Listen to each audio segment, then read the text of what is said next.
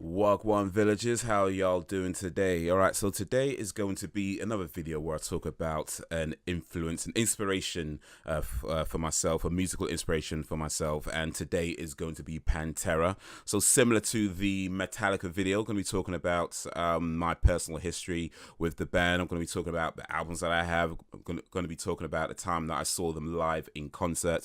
I'm also going to be talking about Philip Anselmo and some of the antics and troubles that he's gotten himself into, the accusations of racism and all that stuff. And I did see them live, and something did happen when I saw them live, which is relevant to that whole thing. So I'll be talking about that as well. And also Philip himself has been around a bit late. I've seen a few videos late of him defending himself against those accusations. So yeah, talk a little bit about that as well. But yeah, that's the basic idea of the video, to talk about a band that has influenced me. And I might do more of these videos. I think I'm going to do more, well, it's my intention to do more of these videos. Maybe not just bands though. Might talk about some other stuff as well. But for now, we're going to go with bands. And certainly it's not just heavy metal bands that I'm being inspired by. But you know, we got to start somewhere, right? Anyway, but yeah, I didn't. Let me go all the way back to the beginning. So I didn't grow up listening to heavy metal. My influences earlier on, a lot of the music I listened to earlier on was things like Michael Jackson, Prince, Terrence Trent D'Arby, Mel and Kim was pretty big as well. Kid and Play, if you remember Kid and Play. Yeah, so a lot of cool stuff back in the 80s, and then moving into 90s, it became more R&B, soul, loads of ragga dancehall, Buju Banton, Boom Bye Bye. Yeah, I'm not gonna complete the lyrics of that song, but if you remember it, then you remember it. It was a pretty big song back then. But yeah, ragga dancehall. Then Jungle came later on, and that was pretty big as well. But heavy metal was always this thing that I've heard of, but never really paid much attention to until one day in the mid-90s, where a little show called Beavis and Butthead started to air on TV. And I'm repping Beavis and Butthead today. As you can see, I've got a Beavis and Butthead t-shirt on. One of my favorite shows of all time, Beavis and Butthead. If it wasn't for Beavis and Butthead, there's a lot of great music that I may not know about, Pantera being amongst them. So yeah, Beavis and Butthead came on, and as you know, Beavis and Butthead, or as you might know, I should say, maybe you've never heard of the show, but Beavis and Butthead, they used to show these little skits where they watch a music video and they'll rip on a music video, or they'll say it's cool if they like it. And then Metallica came on one day, and it was awesome, and I was like, wow, I got so into it from there. I just wanted to know more. When I get into something, I could get a bit obsessive. So Metallica came on, I was like, I just gotta know more, gotta know more about this. So I really got into just looking up other rock acts and metal acts and so on, and Pantera was amongst those that I discovered. And Pantera, of course, had been on Beavis and Butthead as well. In fact, I think the first song of Pantera's they showed on Beavis and Butthead was Mouth for War on the Vulgar Display of Power album. Mouth for War, hold your mouth for the war. I think that was the first one, if I remember correctly. And I remember seeing it there. I remember it was definitely been on the show. It might not be the first one, but it's definitely been on the show. But I remember watching it there, and just, yeah, it was just totally blown away by it. And this was the first Pantera album that I bought, Vulgar Display of Power. And before I talk about this album real quick, let me just mention this, because I saw an interview with Vinnie Paul recently, maybe a few weeks ago, or I think Loudwire, or one of the metal news channels. And he said that the person on the front cover, let me take it out of the case so it's not so shiny, but he said the gentleman here on the front cover that you can see getting punched in the face, there, you should say it better now. This gentleman here that you can see getting punched in the face, according to Vinnie Paul, he was punched a total of 31 times in order to get the right shot. 31 times, and he was paid $10 per punch. So yeah, total of $310 for this. All I can say to that is I hope that's not all he got, because $310 to get punched in the face 31 times, that don't sound like a good deal. That sounds like a terrible deal, quite frankly. Getting punched in the face 31 times and all you got was $310 for it? Come on, dude. I hope you got like royalties or something. But anyway, that's a moral of the story. If you're gonna get punched in the face for an album cover, get royalties, get a proper contract. I hope he well, no, I don't think anybody's gonna recognize him at this point anyway, so he's all good. Incidentally, though, Rex Brown was on the same thing, Loudwire as well, saying that the guy was punched 32 times. But I think I'm going to go with 31 because Vinnie Paul seemed to have a better memory of it, quite frankly. Rex Brown was kind of like, well, a long time ago. I don't remember things from last week. So, anyway, 31, 32, still a lot of times. Doesn't matter. All right, anyway, let's talk about this album, though. So, yeah, it was the first Pantera album that I bought, and Yeah, it's just an incredible album. If you've heard it, then you know. If you haven't heard it, then you need to hear it. It is incredible. I would say that even if you're not necessarily into heavy metal, this is just a great album anyway. Mouthful was definitely a standout track on the album. And we got the Philip Anselmo there. Okay, like how young and good looking he is. Now he's old and good looking, but anyway. But yeah, the legendary Diamond Darrell, rest in peace. Vinnie Paul there on drums, and then Rex Brown on bass. But yeah, so this Mouth for War was definitely a standout track for me, mainly because of Beavis and Butthead, but it's a great song anyway. But a song that I would say really stood out for me on this album was, or is, track number 4 there, Fucking Hostile. And the reason for that is, well, it's called Fucking Hostile, quite frankly. I mean, that stands out for me. I mean, look, I've before heavy metal, before I was listening to, Pantera, heavy metal, everything else, I'd heard songs with swear words in them, with profanity. It's not the first time I've heard a song with a profanity in it. But it's the first time that I've seen a swear word in the title itself. I believe that is the first time I've ever seen a swear word in the title. And that blew my fragile little mind when I saw that for the first time. I was like, wow. And what that represented to me, and I'm sure this is nothing that they intended it to do, this is just the name of the song. And it's a great song. But what that represented to me was that you can go beyond what is established as a norm. Just because other people do things this way, and that seems to be the normal way of doing things, you can go outside of that. And it's not something that I thought of right away. It's not like I saw that song and I was like, oh, this is how... It wasn't like that. It was a gradual thing over a period of time. But this is where I think the seed that was planted of that idea came from. Kind of like Inception. If you've seen Inception, where they talk about for an idea to stick, you need to represent it in the simplest form. And I think that's what it is. It represents the simplest form of an idea that eventually grew into something that just said, you know what, you don't have to stick within what is considered normal. You can do things differently. You can do things that other people might not be expecting, that because that's how you want to represent or express yourself in writing or in whatever, any form of arts or creativity. And yeah, I think that's where that came from. Just fucking hostile. Speaking of the song, actually, there's a spoof of this song. If I could find it, I'll link it in the description because I saw it years ago. But there's a spoof of this song that somebody did, and ever since then, I can't listen to this song and not hear the words where he says, "You're making us." Like, ever since I've heard that spoof, every time he says that, all I can hear is, "You're manky nuts." You need to hear the spoof to know what I'm talking about. If you know what I'm talking about, if you've heard that spoof, then yeah, you get. Otherwise, I'm just going to sound like a crazy person. I probably am a crazy person, but whatever. Crazy's good. As Marilyn Monroe once said, it's better to be odd than ordinary, or something like that. I think she said it's better to be odd than absolutely boring. Something like that. Anyway, somebody said that. Whatever. We go with that. But yeah, so Vocal Display of Powers is a great album. It was the first one I bought. And I don't remember what the next album I bought was. It was either Far Beyond Driven or Cowboys from Hell. I think it was probably Far Beyond Driven, actually. But before I go ahead, clearly I don't have all the Pantera albums. I know there was a whole bunch of stuff they did pre-Philip Anselmo. And there's one Philip Anselmo album I don't have, which is called Power Metal. I don't have that one either. But I think that was the first one with Philip Anselmo. And then the other ones were with Terry Glazer, I want to say. Glazer. I'm trying to look that up real quick. I made a few mistakes in the Metallica video. I had to a few people corrected me on. So I'm gonna try not make too many mistakes in this particular video. But let me see here. Shit. This might take ages. Here we go. Terry Glaze. That's what I'm thinking of, Terry Glaze. So yeah, he was the original lead vocalist, and then he left the band around late 80s. Philip Anselmo took over.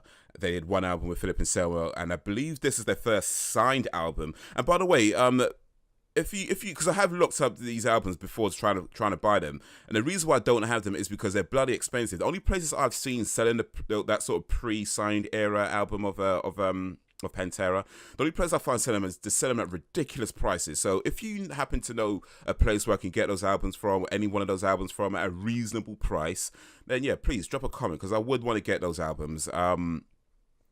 But yeah, I'm not gonna pay like 30, 40 quid for one album. That's bloody ridiculous. So you're taking a piss, mate.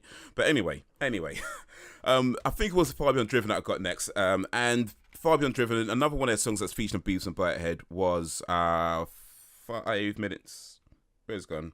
Yeah, 5 minutes alone. Track 3, 5 minutes alone. That was on Beavis and Butthead, but the one that the one that sticks out the most, that was also on Beavis and Butthead, is I'm Broken. And the reason why it sticks out the most is because when they showed it on Beavis and Butthead, they were Beavis and Butthead. They were trying to turn up the TV to get it as loud as possible, and they turned the TV way up to the top, but it just wasn't loud enough. And they were like, "Okay, let's get close to the TV." So they get close to the TV, and they're just like, "This is awesome." I mean, look, if you haven't seen it, I'm sure I sound like an idiot right now, but whatever. That's why you need to see Beavis and Butthead. It was such a great show. And to think that was on MTV as well. The way MTV is now, I'm pretty sure they will never show Beavis and Butthead these days. It just wouldn't happen. The MTV have taken such a turn for the worse over the last however many years they've been doing it for. But back in the days when they used to be cool, back in the days when MTV used to actually show music videos, when it was actually a good, respectable station, they had Beavis and Butthead, and Beavis and Butthead did a lot for music. But yeah, it was a funny show, and when they did Unbroken, just the whole, this is so cool, that was awesome. But yeah, no, actually, going back to Vulgar Split Power, another one of my favourite songs on this, before I forget, is This Love. I actually used to play guitar. I kind of still do, very, very occasionally, but I used to play guitar a little bit, and This Love was one of the songs that I learnt. Just a really nice melodic song. Really beautiful song. Regular People as well as another stuff. This whole album's incredible, man. It really is. Like, I've listened to this album so many times, and it's just, that's clicks, by the way. Just, you can't really, yeah, it's because this got this wrist thing on. My wrist is, it's okay. I mean, well, it's not okay, clearly, but it's just, it's not as bad as it looks. It's just I have an old injury that flares up once in a while, and I've got to wear this just to make sure I'm not moving my wrist too much. That's all that's about. Side note, don't work in an office. It's the most dangerous place you can work. That's how this happened, working in an office. So yeah, unfortunately, it wasn't a masturbation incident. That'd be a much more interesting story to tell. This was working in an office. So yeah, don't work in offices. You just get injured, and you have to wear these every couple of years or whatever. Anyway, so yeah, incredible album, great album. And then Cowboys from Hell, which I think this was actually the last album, but I'm pretty sure I bought Great Summer Tranquil before I bought Cowboys from Hell. But anyway, let me talk about Cowboys from Hell for a minute. Great album. That standout track for me on this is Cemetery Gates. Just because it's an awesome song, really. But there's one song on this album, and I'm not sure which it is, because I remember the lyrics. But the thing is, mostly when I listen to music, I'm not necessarily. It's usually like on like on my phone, or like an iPad back in the day, or Walkman, Discmans back in the day. So you're not always getting. I'm not always making notes of the actual song. But there's a song on this album where one of the lyrics is "One man's mystery is another man's misery." I think it's Message in Blood. It's a message in blood. I think I might be wrong on that, but if I'm wrong, you can correct me. But yeah, so definitely on this album where and the reason why that stands out, that particular line stands out, is because something my dad used to say is that one man's food is another man's poison, and that's just a saying that I've kind of grown up with for a long time. Just the idea that what's good for one person isn't necessarily good for another person. So apparently my dad and Pantera have similar opinions on things, which well, that's a cool thing in and of itself, really. But yeah, that's just something that sticks with me, and just a cool way of saying it. One man's mystery is another man's mystery. I like the flow of that saying. But yeah, it's just a good thing to live by. Just remember that just because you like something doesn't mean other people have to like it. Just because you hate something doesn't mean other people have to hate it. We are all different, and what you might like or what's good for you might not be good for somebody else. And I think that's just an important thing to remember when dealing with anything, because it's so easy to get caught up in this idea that affects, you see this quite a lot in certain circles. And, some of the things that Philip himself's been talking about lately as well. We'll get a bit into that. But you see certain things in certain circles, this idea that because you think it's good, everybody else must like it. If they don't like it, then, they're practically the devil. And it's just, I don't feel that's like the best way to go about life. You just accept that we are different. And sometimes people like the things you like, and that's cool when they do. But if they don't, then hey, it is what it is. You can still get along, you can still talk about other things, or if you can't get along, then hey, you maybe just need to call it quits and hang out with people that you do get along with. But yeah, that's a great saying to live by, I think. And yeah, really great album. I will say that it's a great album, though it's not my favorite album, but there's definitely a few really good tracks that stand out, or one really good track stand out, which is Cemetery Gates, and just the saying of Misery. The Artist Shred is a really cool track as well. Cowboys from Hell, of course. Cowboys from Hell! And let's move on to the Great Southern Trendkill, which I would say personally, although this is the first one I bought, it's always going to have that special place in my heart because of that reason. And of course, because of Beavis and Butthead, this is going to have a special place in my heart for that reason as well. But I would say that just from a musical standpoint, the Great Southern Trendkill is the best album out of the ones that I have. And again, I don't have all their albums, but out of the ones that I have, I feel this is their best album. I just feel it's an incredible album. And I actually wish, here's the thing. I would prefer, of course, if Pantera was still around, but there's reasons why that didn't happen, and it is what it is. But if they were going to split as they were, then I would have liked this to have been their last album. And I'll talk about the Revenge still in a moment, but I would have liked this to have been their last album, because this was a really strong album that I think if you're going to split up, then you want to end on a strong album. And it is.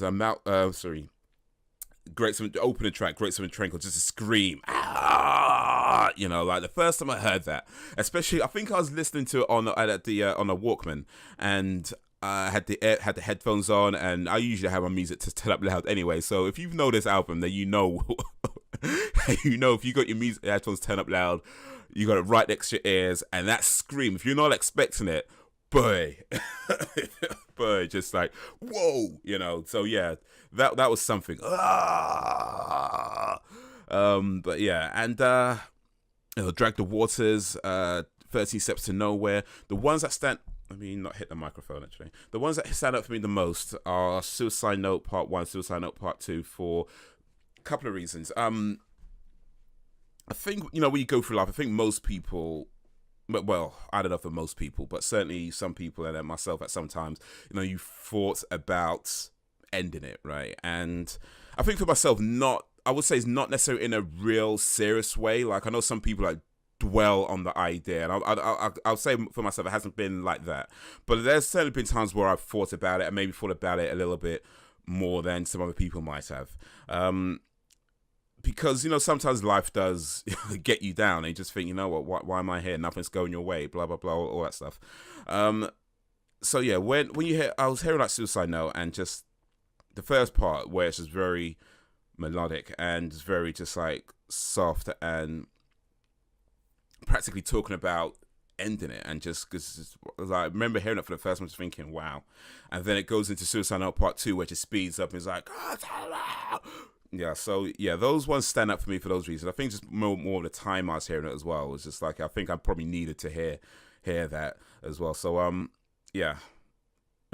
And I've actually tried writing about suicide as well at various points. Nothing that I've actually put out to the world that nobody's seen, anybody's seen. But I've tried writing about suicide. Some of my poems they're not necessarily about suicide, but they do maybe touch on it sometimes, and just some of the thoughts that I have on that, where, I think a lot of people talk about suicide as being selfish, and I used to think about it that way as well, until I heard something which sort of made me rethink that idea where it's not a selfish thing, because people, what typically happens, and let me be clear, I'm not talking about every single case of suicide here. It's going to be different for, different people, and maybe some people it is selfish, maybe it is, but just as a very sort of general look at it, when you're talking about depression and the people just not wanting to feel like they're a burden to their family members or their friends and so on, it's not a selfish thing. But it's not maybe the best way to go about it either. And I think there's a lot we as people, need to understand, or still are yet to understand about suicide. I think we have a very immature way of looking at it certain times.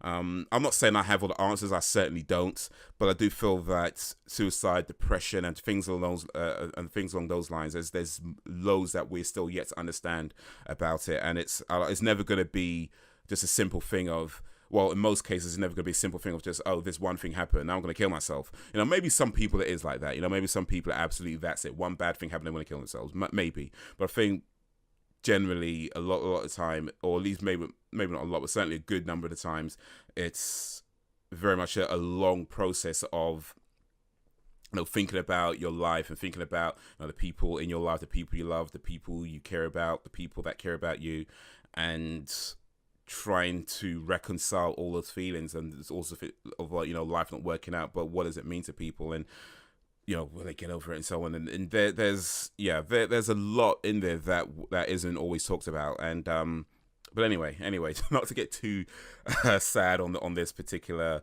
video, but yeah, I do feel like with things like suicide, there's a lot that we still need to try to understand about it. And hopefully we'll get there. But definitely when I'm just hearing these two tracks, especially putting them back to back as I did in this album. At the time I heard them, it said it spoke a lot to me. It spoke a lot.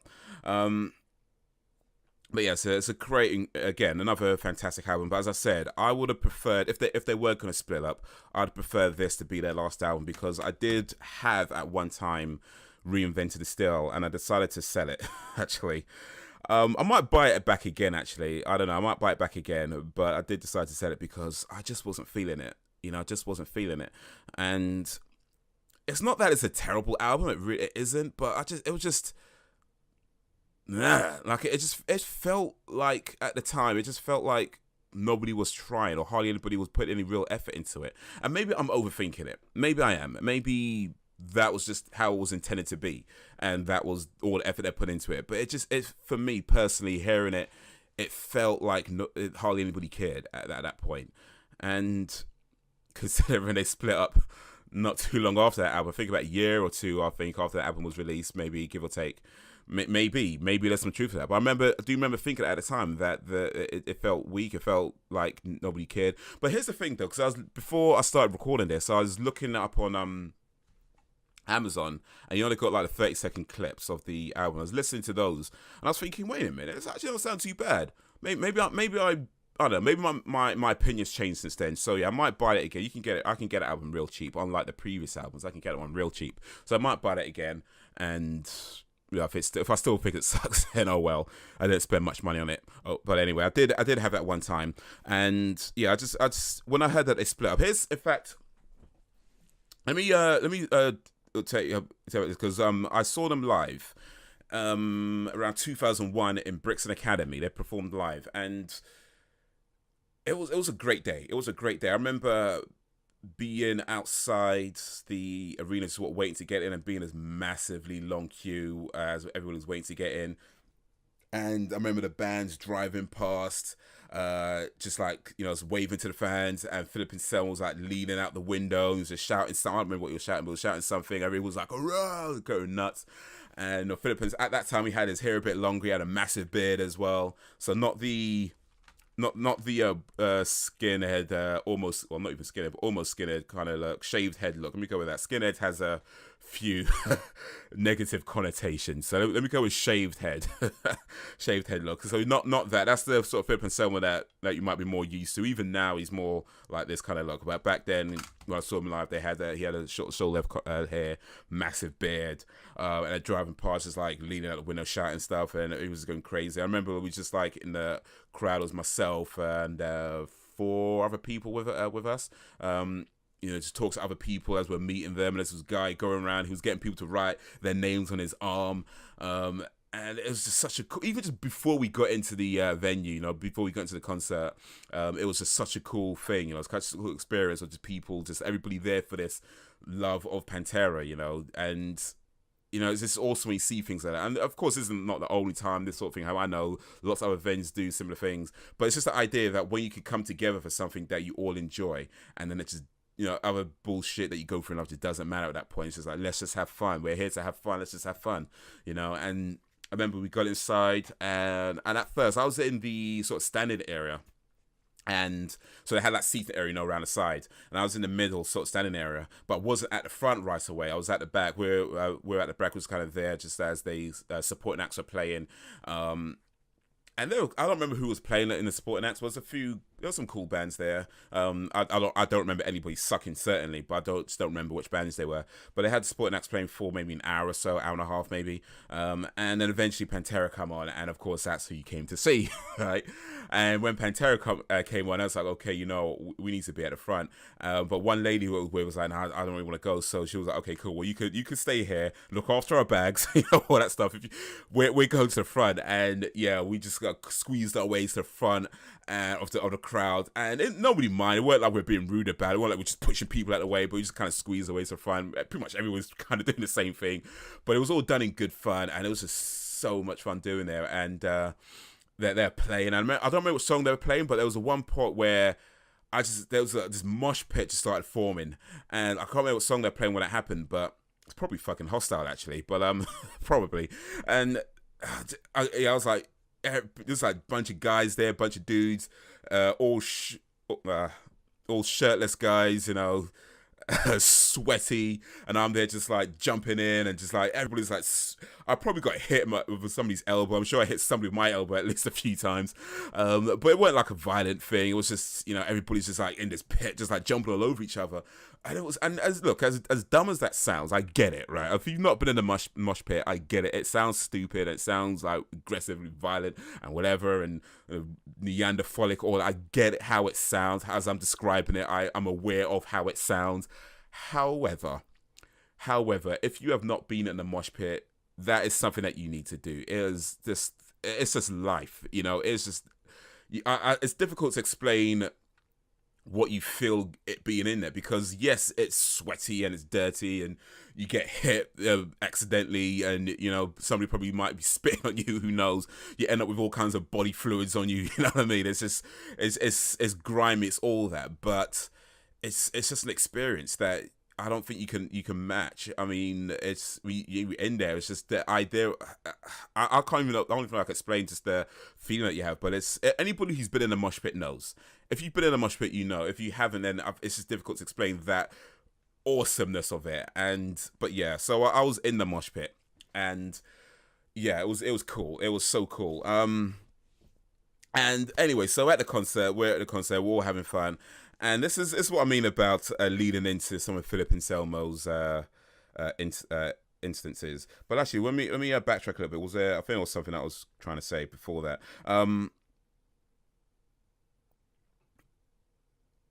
Yeah, so I think we reinvented still. I think it's what reinvented still. So anyway, yeah, so reinvented still. I just felt like that. Screw it, doesn't matter. Anyway, so yeah, Reinvented Still I might get it again, but I feel like this should have been their last album if they were going to split up. But anyway, so I saw them in 2001, and yeah, it was a cool. I guess it would have split up maybe in the next few years after that. I think, or a year or two after that. So it would have been not the last concert they did, but certainly amongst the last-ish concerts they would have done back then. But anyway, so yeah, we're at this concert, and there's a one point where Philip Anselmo begins to speak, and I wasn't paying a whole lot of attention because, let's be real, you don't go to a concert to let's just that you go to what you want to hear the music. I'm not you're not going there to hear his views on whatever. I mean, not get me wrong, I'm sure that they're interesting, but it's not why I was there. So I wasn't at the time wasn't really paying a whole lot of attention to what he was saying. But from what I remember, from what I could try to rack my brains and remember from what he was saying, it was something along the lines of, it started out saying something like we're not a racist band. We have friends of all colors and creeds. We're not a racist band at any stretch. We've got all different friends and so on. Then he goes on to say about, people talk about stopping black on black crime, but how about just stopping all crime? He said something like that. And then he said something about, you should be proud of who you are. Nobody should make you feel ashamed of being white. And I'm pretty sure he said something like, maybe not those exact words, I'm pretty sure he said something like, don't be ashamed of being white, something like that. So what I do remember, at least, definitely do remember this much, is there was a point where he said something, and I was looking around like, okay, yeah, I am the only black guy. I was kind of one of those moments where I genuinely did not realize, I wasn't looking for it. And then he said something, I was like, okay, looking around. Oh, yeah, okay, yeah. Thanks, Phil. But I wasn't offended by it. I mean, I didn't really think too much of it.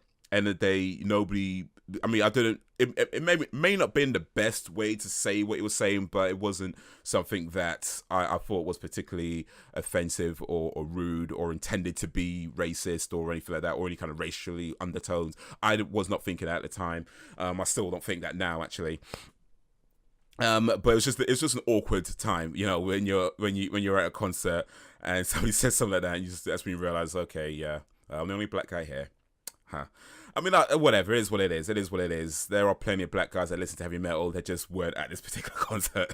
It is what it is. But yeah, so that happened, but I didn't think a whole lot of it. I wasn't offended, but I didn't think a whole lot of it. Pretty much wasn't really paying a whole lot of attention to the words, so I may be messing up some of the words, may not be remembering exactly how they said, but I think that's generally the gist of what he was saying at that time. So yeah, after that, the band split up, and how I remember how the band split up, or how I knew about the band split up, because after that, after the Reinvented Still, I wasn't paying a whole lot of attention to Pantera at that point. I used to watch all the metal news and everything, but I just kind of dropped out of that for some reason. I'm not sure why. I certainly didn't because I hated the music. I still like the music, so nothing to do with that at least. But I just don't. There was a while where I just didn't fall into it. I guess I was probably doing something else at the time. Maybe, I don't know, playing video games, I guess. I don't know. But anyway, there was a while where I just wasn't really paying much attention to like metal news and Pantera and so on. And so how I knew they split is I think I was brushing my teeth and the TV was on in the other room. And I heard a song come on. And I was just hearing it. I didn't see who it was. I didn't hear them announce the name of the band or anything. I just heard a song. And I was thinking, that sounds like Pantera. I was like, that sounds like Pantera. Is that Pantera got a new album, a new song out? So I went to the living room and I was looking at it. And I was like, is this? It's not Pantera. Is this Pantera? No, it's not Pantera. So I was looking at it because I could see Vinnie Paul. And I could see a guy that kind of looked like Philip Anselmo. I mean, I know now that it wasn't, but he kind of had that look. I could see Vinnie Paul. I could see Dimebag. Clearly didn't see Rex, but I was seeing a guy that kind of looked like Philip Anselmo, had that same sort of short hair, shaved head. I was like, this is not Pantera. It's not Pantera. It's not. This is. I was just like that. Like, is this Pantera? No, it's not. It's yeah, it's no, it's not. Yes, I was like that. And then eventually, like, when the song ends, and it's like, oh, this is Damage Plan, and I was like, okay. And so I looked up Damage Plan, and then I found out this was, Vinnie Paul and Dimebag's a new band, and that Pantera actually split up. And that's when I found out that Pantera split up. When I heard that song, so it's like, okay, they split. That's like, all right, and yeah, a bit of a shame, especially as I wasn't really feeling the last album, but anyway, we talked about that already. I won't go there again. But it was a bit of a shock because I just that. Oh, right, okay. I was like that. And I remember I was like, okay, cool. So let me check out Damage Plan. And I listened to their album. Don't remember what the album's called, actually, but I did listen to their album. Yeah, see if I can find it real quick before I'm talking. And they had a song on it called Fuck You, which kind of reminded me of the fucking Hostile, the whole thing. But whatever. It sounded their sound very much sounded like excuse me, sounded like Pantera, which of course you've got two Pantera band members. That's gonna be a thing, just can't really escape that. But I remember listening to the album. I remember not thinking a whole lot of it at the time. It didn't overly impress me, most of all, fuck yeah, it was kind of like that. I was like, maybe, but it's yeah. And well, after that, a little while after that, that's when, of course, the sad news happened, where I heard that they were doing a gig, the Damage Plan were doing a gig, and how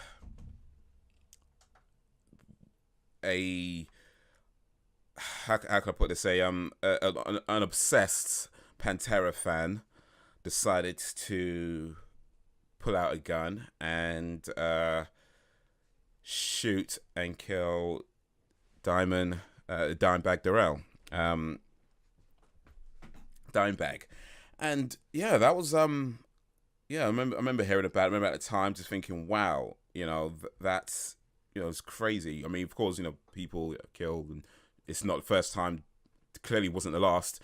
But it's just like at those moments. It's just one of those moments where you think to yourself like, shit, just shit. It's just what else can you say to that?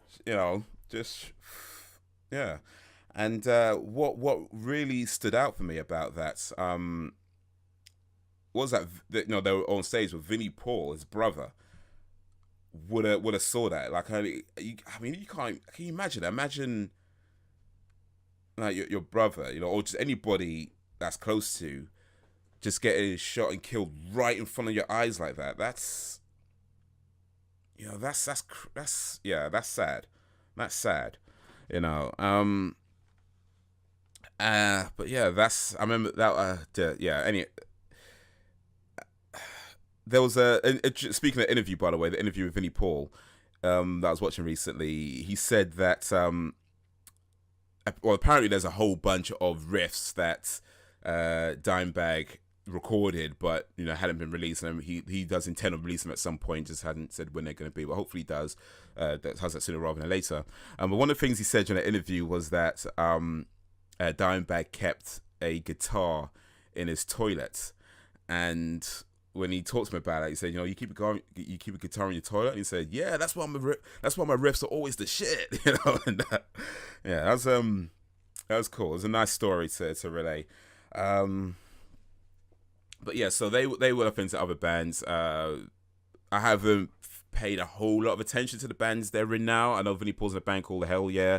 Philip Anselmo is in a band called forgotten what it's called, but he's been in a few different bands like Down.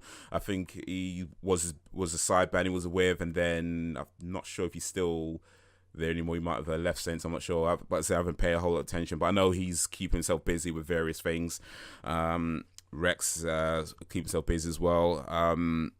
But yeah, they're all doing different bands now. They're all in different bands, and well, good luck to them. But yeah, so let's talk a little bit more about Philip Anselmo and the racism. So yeah, after that incident at the concert that I went to, I think about a couple of years later, 2-3 years later, I heard about another incident with Philip Anselmo where he was at a concert and he was giving a speech and people said it was racist. And by the way, when I was the concert I went to, I mean, this was I think around 2000, 2001 that I saw them live. So yeah, people had mobile phones, cell phones back then. They existed, but they weren't as ubiquitous as they would become in later years, where everybody had them, and especially where they have now all recording options on them. Back then, some people had. I think I had a phone back then, but it wasn't. I mean, they were popular, but they weren't like as popular they were now. You know what I mean?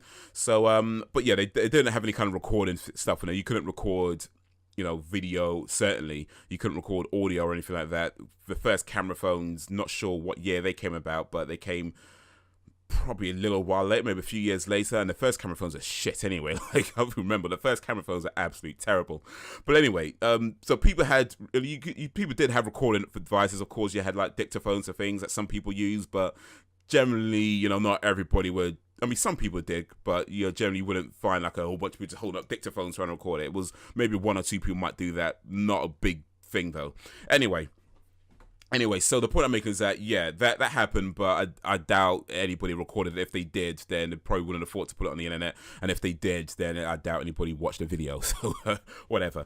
But yeah, a few years later, another incident happened where he said something, and this time it was recorded and put on the internet. And I don't remember what he said in that one. I haven't watched that video for years, but it was something that he said that people took as being racist, and they thought that he was, being rude and whatever. And I remember I did watch the video and I heard what he said, and I just remember not thinking all that much of it. Like, it didn't strike me as racist. Like, maybe not explained in the best possible way. You know, maybe you could refine the way he explains things a little bit, but it never came across as I'm trying to insinuate that white people are better than black people or Asian people or wherever people, you know, white people are superior to all other races. It never came across as that. And I think sometimes what happens is that people hear things and, you know, they hear what they want to hear, you know, and I think that happens in a lot of cases. And sometimes we need to take a step back and remember what we understand of life isn't necessarily what everybody else understands of life, and certainly not always what's intended, or as we'll say, one man's mystery is another man's misery, as a way of linking it back to that, in a sort of roundabout way. But I think that's what happened. And then years later, in fact, just earlier this year, the most recent one I know of happened at Dime Bash, where Philip Anselmo was shouting white power and seemingly giving a Nazi salute. And of course, at that point, it's like, well, can you defend that one? And there was a video by, I forget the name of the artist, but another artist from another band, I've forgotten his name.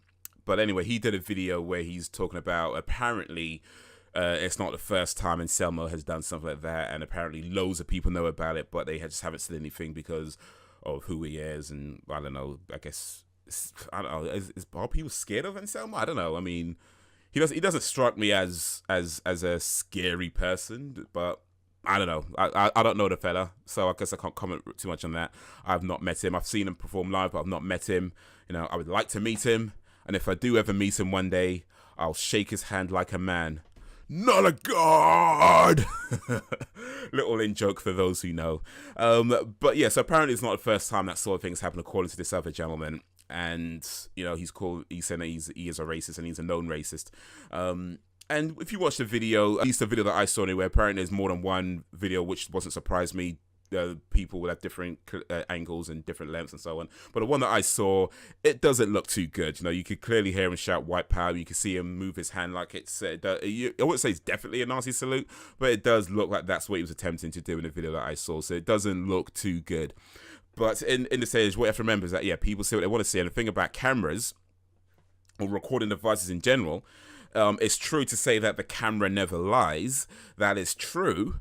But it's also true to remember that the camera doesn't always tell the complete picture. You know, the camera just tells one side of it and not necessarily the entire side of it. So you have to be careful when you look at these things, that how it looks and what is actually happening isn't always the same thing. Especially you have to consider if you wasn't there, you know, you don't know the person, you don't know the people involved. You don't know what happened before that, the events that led up to that event. You know what happened after it. There was one thing going around. Apparently, he was drunk at the time, and he was referring to the ween. The ween. He was referring to the ween. He was referring to the wine that he was drinking, or the whiskey or something that he was drinking as white power or something like that. Which, well, but the most recent explanation that I heard from Philip Anselmo in an interview, where he was saying that he was getting more and more agitated throughout the evening. These people were antagonizing him, and he ended up saying something that, yeah, he probably shouldn't have said. Those were his words, that he didn't necessarily comport himself in the best way, but it wasn't out of trying to be racist. It was just more just being agitated. And I get that. I can understand that. I think that sounds to me like a more reasonable explanation as to what most likely happened. Not to say that it's okay to say certain things. Well, depending on how you mean them. I mean, words are words, but it's your intentions that count. I should clarify. But certainly, I can understand that when you're pissed off and when you get agitated, you don't always say the right things at those moments, and you sometimes say things that aren't indicative of who you are or what your philosophies are or what your real opinions or views are on certain things. That's happened to me on a few occasions. I'm sure it's happened to a lot of people who might be watching this video as well, where somebody's pissed you off or you've allowed them to get the best of you and you just said something that was wrong or maybe even racist or sexist or whatever it is. You might have said something in that moment. I think there was a time where, who was it now? I think it was Alec Baldwin. I think. Apologies if it wasn't Alec Baldwin. I'm not trying to ruin your good name, but there was one actor who was he said the word faggot. So he called somebody a faggot, and people saying, "Oh, you're homophobic," and it was just that when again, similar sort of instance where he just got pissed off and he just said, a word that comes to his head. And I think people look too much into these things where like, oh, if you're saying that, it means that's what you're thinking. That means that's what. So it doesn't.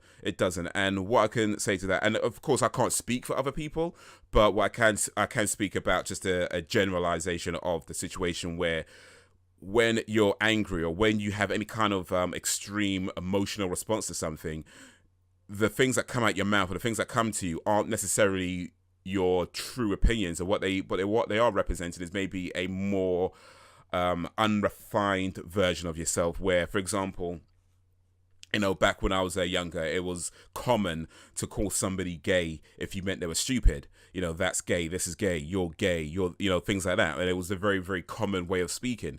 And it wasn't out of, oh, I hate homosexuals. It was just how you talked. It was just the words that you used. And it didn't at least for us anyway. I mean, I'm sure it came out of a disparaging way of regarding homosexuals. I'm sure that's how it was born. But in terms of how we used it, it was just how you talked. It was just what we heard people say, so we emulated that and we copied that, and that's what we said. You're gay, you're this, you're that. So yeah. So even till now, there's times where when you're getting angry, if you're getting pissed off, you get to these moments where you're about to say something, and sometimes it does, and occasionally it does still come out. You can, well, with a little bit of practice, of course, you can learn to try to mitigate it a little bit, but there are times where it just comes out, and not because you're trying to insinuate that this is, it's just because you either wasn't really thinking too clearly at the time, you're that angry, you're that pissed off, and it just flew out your mouth. There's something flew out your mouth, and it's like, oh shit, I just said the wrong thing, or I said something I didn't really mean. And I think if you could recognize that, that's a big step forward. To say, okay, I fucked up, and now I can move forward, or at least attempt to move forward.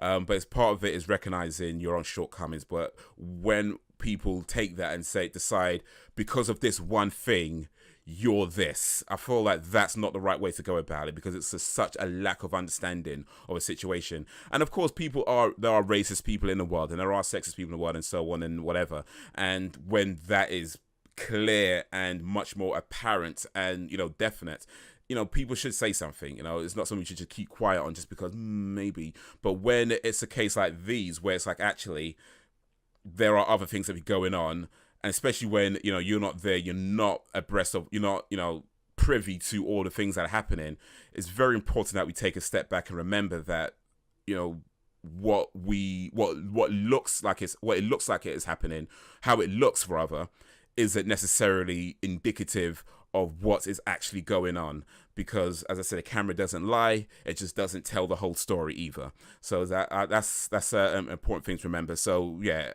he made an explanation. Granted, it was almost a year later. That's his business. I feel like he's under no obligation to explain himself to anybody. So he took this time to say what he said. And people could look into that. Oh, maybe he just wanted to make it up now. Maybe he's just saying that now because whatever. I'm willing to give him the benefit of the doubt, because well, I have no reason to believe, to think otherwise. And I think anything else is just looking for something that may not be there, looking for reasons to hate somebody. And yeah, that's not something I'm down with. I'd rather look for reasons to like somebody than look for reasons to hate somebody, because hate isn't good. Hate isn't good. So whatever, maybe it's better. Maybe it would have been better if he explained himself earlier on. Maybe it would have been better if he never explained himself at all. Maybe whatever, it doesn't matter. He explained himself, and I accept this explanation because it seems it sounded reasonable to me. I don't think he has any reason to lie about it anyway. And just from my own experience of how these things can happen, I get it. You know what I mean? I get it. So. Yeah, as to whether or not Philip Anselmo is a racist or not, well, truth is, I can't answer that question. As I said, I don't know the gentleman. Maybe he is a secret racist and it's all just trying to cover it up so he doesn't ruin his career. Maybe, or maybe it's just bad timing and not always explaining himself in the best way at various points, or saying things that just sound a bit odd at times. Maybe. At the end of the day, it just doesn't matter. In my view, it really doesn't matter what he is. All that matters is. I mean, first of all, let me rephrase that, because that's probably going to sound a bit wrong as well. It matters, but it matters and it doesn't matter. What I mean is that you can appreciate art and not necessarily like the artist. That's entirely possible.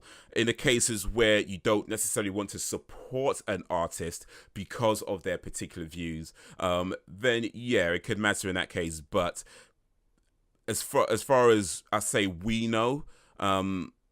There's no real evidence to say that he is. So that I feel that's where I feel like it just doesn't matter. Anything else is just looking for things that may or may not be there. And if you're looking for something, I think Philip Anselmo, actually, he said this in the same interview as well. If you're looking for something, you're going to find it. Whatever it is you're looking for, you're going to find it. Even if it's not really there, you're going to find it. So that's what I mean. It doesn't matter in that respect. It's just like, look, he's explained himself.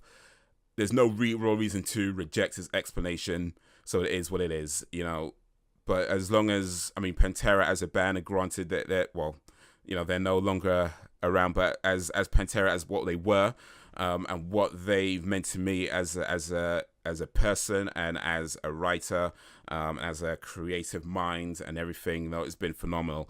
And if it does one day turn out that Philip Anselmo is a racist and he hates all them niggers, if that turns out to be the absolute case, then this is still, an important part of my history and something that I've personally taken some important lessons from. Maybe not all directly, but as I say, some things lead to other things, and Pantera have been a part of that. So it would be unfortunate if he is, but I doubt it. I really doubt it. And if he is, then oh well, that just sucks, and that's his loss. But he says he's not. He's explained himself. I'm okay with his explanation. It's all good as far as I'm concerned. But anyway, that I feel is a good place to end this particular video. I don't know how long I've been talking for. I'm sure longer than I thought I would be. But anyway, I hope you've enjoyed this video. Hope a little trip down memory lane, talking about Pantera and what they mean to me and so on and everything else. Hopefully I didn't make too many mistakes during the video, but if I have, let me know in the comments, or let me know what you think of Pantera. If you know about the band, let me know some of your stories or some of your opinions on them. Definitely let me know if you know where I can get their previous albums from without having to sell my soul to the devil to get them. Let me know if you know any places that sell them at a reasonable price.